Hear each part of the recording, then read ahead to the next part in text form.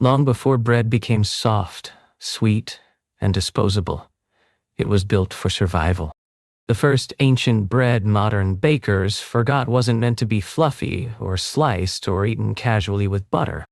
It was meant to keep people alive through winters, sieges, and famine. This bread was dense, dark, and heavy in the hand, and it terrified modern tastes because it didn't behave like bread at all. It was rye bread made the medieval way, slow fermented, sour, and unapologetically solid.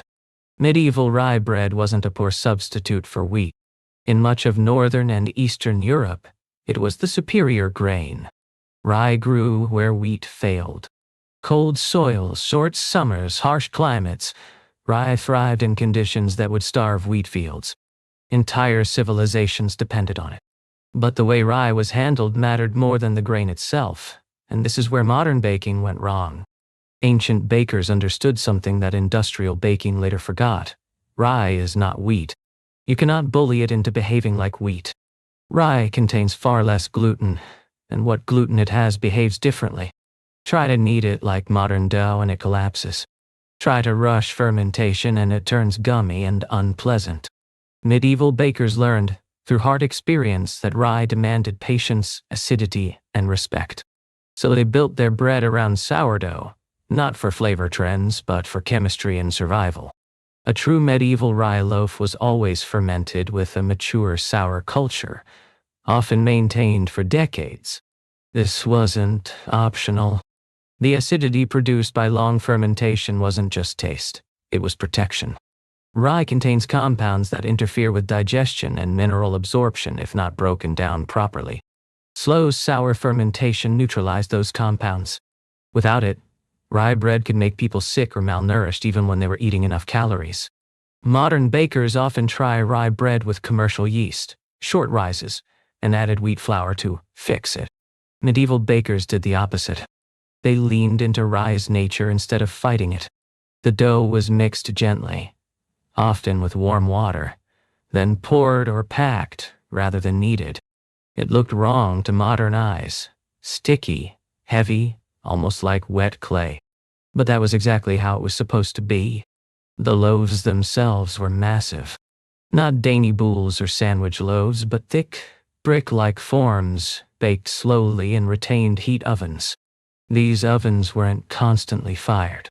They were heated once, then used as the temperature gradually fell. Rye bread loved this environment. Long, steady baking drove moisture out slowly, creating a loaf that could last for weeks or even months without spoiling. This bread wasn't eaten fresh the way modern bread is. In fact, fresh rye bread was often considered inferior. It was sliced thin only after resting for days, sometimes wrapped in cloth, sometimes stored in cool cellars. As it aged, the texture improved. The crumbs stabilized. The flavor deepened. Mold resistance increased naturally because of the acidity and low moisture. This was bread designed for time, not convenience. And here's the part modern baking culture rarely talks about. Medieval rye bread fed people better than modern white bread ever could. It released energy slowly. It kept blood sugar stable. It supported long hours of physical labor without crashes. People could work all day on bread, cheese, and broth because the bread itself was doing real metabolic work. It wasn't empty calories. It was infrastructure. This bread also shaped eating habits. You didn't snack on it mindlessly. You respected it. A single slice felt substantial. Meals were quieter, slower. Bread wasn't background noise. It was the foundation. In some regions, rye bread was so central that it was used as a unit of security. If you had bread stored, you had time. Time to endure winter. Time to survive bad harvests. Time to rebuild. Modern baking forgot this bread because modern life forgot patience. Industrial systems wanted speed, uniformity, softness, and instant gratification. Rye didn't comply. It resisted shortcuts. It punished rushed fermentation. It refused to puff up for Instagram photos. So it was tamed, diluted with wheat, sweetened, softened, and eventually reduced to a novelty loaf with caraway seeds, barely resembling its ancestor. What was lost wasn't just a recipe. It was a philosophy. Medieval rye bread assumed instability. It assumed hunger, cold, and uncertainty. It was designed for a world where failure was normal, not exceptional. Modern bread assumes constant abundance. When that assumption breaks, the food breaks with it. The tragedy is that the knowledge never vanished. It was simply ignored. Traditional rye breads still exist in fragments. Dense loaves in remote regions, family cultures maintained quietly, recipes passed down without explanation. But mainstream baking treats them as curiosities, instead of the engineering marvels they are. This first forgotten bread teaches a hard lesson. The best bread isn't always the softest or the prettiest. Sometimes the best bread is the one that waits patiently, resists decay, and feeds you steadily when everything else falls apart. Medieval rye bread didn't ask to be loved. It asked to be trusted. And it earned that trust for centuries.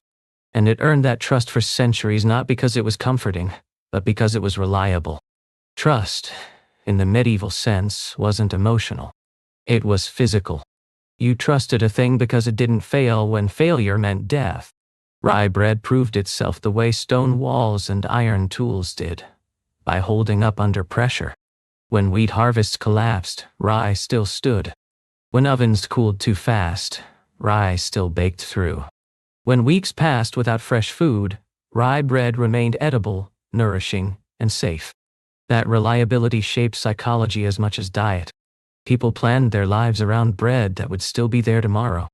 A household's security wasn't measured in coins alone, but in loaves stored on shelves, wrapped in linen, stacked like quiet promises against the future. Bread was memory. Bread was insurance. Bread was time converted into food. And time mattered more than taste. Medieval life was a constant negotiation with scarcity. You didn't assume the next meal would come easily. So food had to be conservative. It had to waste nothing. Not energy, not effort, not resources.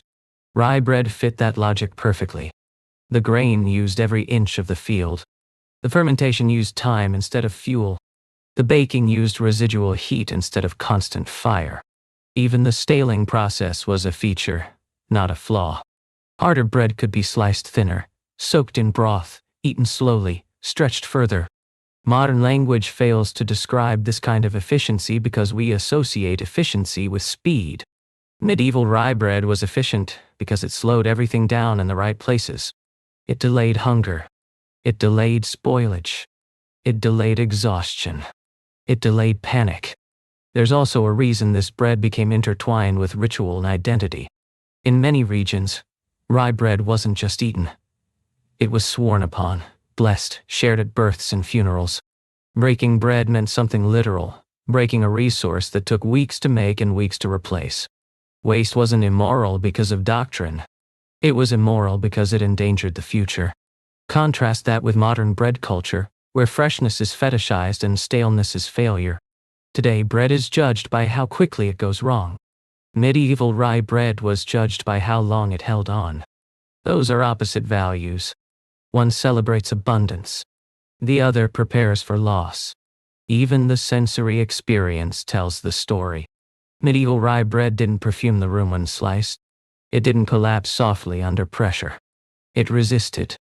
The knife had to work. The jaw had to work. Eating it reminded you that nourishment wasn't passive. It was a partnership between food and body. Chewing mattered.